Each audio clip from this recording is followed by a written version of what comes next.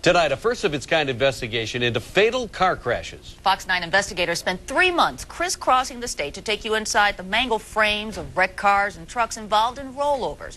And what they found should change the way you drive. That's because nearly every death in the rollover crashes they investigated could likely have been prevented. Here's Trish Van Pilsen. You can only cover so many fatal crashes in which grieving family members swear their loved one always wore a seatbelt before you start to wonder a couple of things. Do people actually wear seatbelts as often as they say? Or is life so cruel that the one and only time they don't wear a seatbelt is the time they roll the car? Either way, there's no undoing the fatal mistake.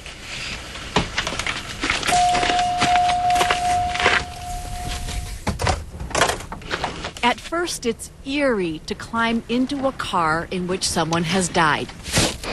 But then I realized they didn't actually die here, but in the ditch or on the road.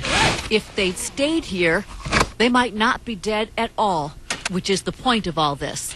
This one mistake cost her life. It's hard to imagine the grief that follows a traffic death. We're going to have to find a new normal. Learn how to live without her. Getting any worse. We mourn the loss of her, but we also mourn the loss of our dreams for her. But when you see a car like Brianna Reimers, it just adds to the list of things that you suffer through. Or like the one sitting in Don Rasmussen's tow lot.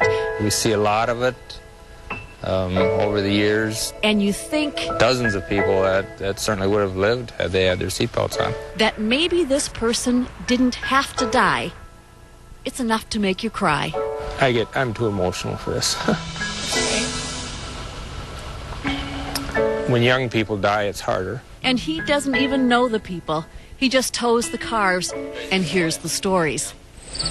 Stories like this one. Richard Rains has kept his son's car. I kept it just to prove a point. His son Dylan and Dylan's girlfriend died when the car rolled and they were thrown. You can't believe it. I know he was a seatbelt person. I believe she was too. 3 months ago, the Fox 9 investigators asked the Minnesota State Patrol and every county sheriff in the state to tell us when someone was killed or seriously hurt when they were thrown from their car. And this usually meant a rollover crash. It's tumbling like a football. Football's got that end-for-end tumble. Whenever possible, I inspected each car and climbed inside. In this crash, the car did exactly what it was designed to do. It absorbed all of the impact on the outside of the car. And here on the inside, especially in the passenger area, it's largely intact. There is room at my head, room at my sides, room all around. There was room to live if only the young girl riding here had been buckled safely in the car. What exactly does room to live mean? The way cars are designed has changed. They're built with what's called crumple zones. In any kind of crash, the front and back ends absorb the energy created by impact by compressing. In a rollover, the ends compress, the windshield often shatters, the sides of the car may bend in some, but the occupant area is supposed to hold up. Safety folks call this area the cage, and for good reason. It is remarkably strong, and if you're wearing your seatbelt, it will hold you inside. But this is what they're gearing for, is protection of the occupants. Fly out of that protective cage, and there's nothing between you and the ground. They don't get dumped in a pile right there. So it says the vehicle comes back up, and they get pitched out. So they get pitched out on the high side. I have not come across a crash yet where the people would have been better off ejected. Gouge mark? The State Patrol was working this rollover crash just outside Mankato earlier this month. It appears as though the occupant was ejected due to the vault or the rollover. The vehicle then appeared to have landed on the roadway on top of the driver.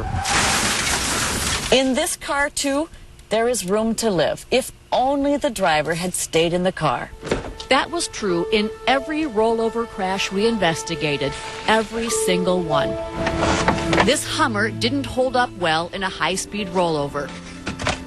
Front and back ends literally sheared off, but just look at the cage that could have protected the driver.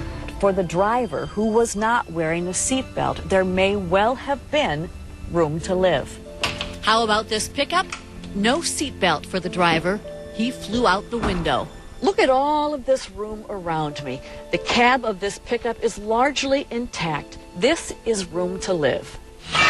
In Faribault, we come to see one car, but the owner of Glenn's Towing, Don Rasmussen, has got more for us than that, like a lot of experience. I've been here for 40-some years, so I've seen a lot of accidents. The wisdom that comes with that. A lot of times friends will come and look at the car, you know, and say, man, I told her she's supposed to wear a seatbelt. And not one, but two cars to show us. This is the first. A young mother died when the car rolled and she was pitched out. But look, if she'd stayed inside, she probably wouldn't even have bumped her head. There's room to live. It is a short walk to the second car. Same type of situation, except that it was a straightaway road, but he lost control. Went in the ditch, flipped her over a couple times, I'd say. The damage to the two cars is nearly identical. Inside, there is plenty of room to live. And guess what? This driver did. Why? He was wearing a seatbelt. I saw no injuries at all. You know, he was walking around out there. And the contrast between these two crashes says it all. This one here was just a few days ago. So when you look at this and you look at that, what do you think? If only. If only. Buckle up. If only. Two of the most painful words a family can utter. Buckle up. Two of the most powerful. Brianna Reamer's family has said them all. We always taught her, wear your seatbelt. This is what the inside of Brianna's car looks like. If she had stayed seatbelted inside, she probably would have bumped her head, but there is plenty of room to live. Instead, she was thrown partway out the back window, and a car landed on top of her. One time it all takes, you know. I tell the kids that you let your guard down one time and the messenger of misery will jump right on your back. Only the misery is not your own. Someday I wanted to walk her down the aisle when she was getting married, not walk her down the aisle in a casket. If only there is room to live. She had buckled up. There's room to live. If only room to live. Any of them had. There's definitely room to live. Room to live. Room to live. I've often said that if people saw what I've seen, they'd wear a seatbelt every time. Now you've seen it. If you want more information on the importance of wearing seatbelts, go to myfox9.com, click on News, and then on The Investigators. I'm Trish Van Pilsum for the Fox 9 Investigators. Pretty powerful. Yeah, can't disagree with that.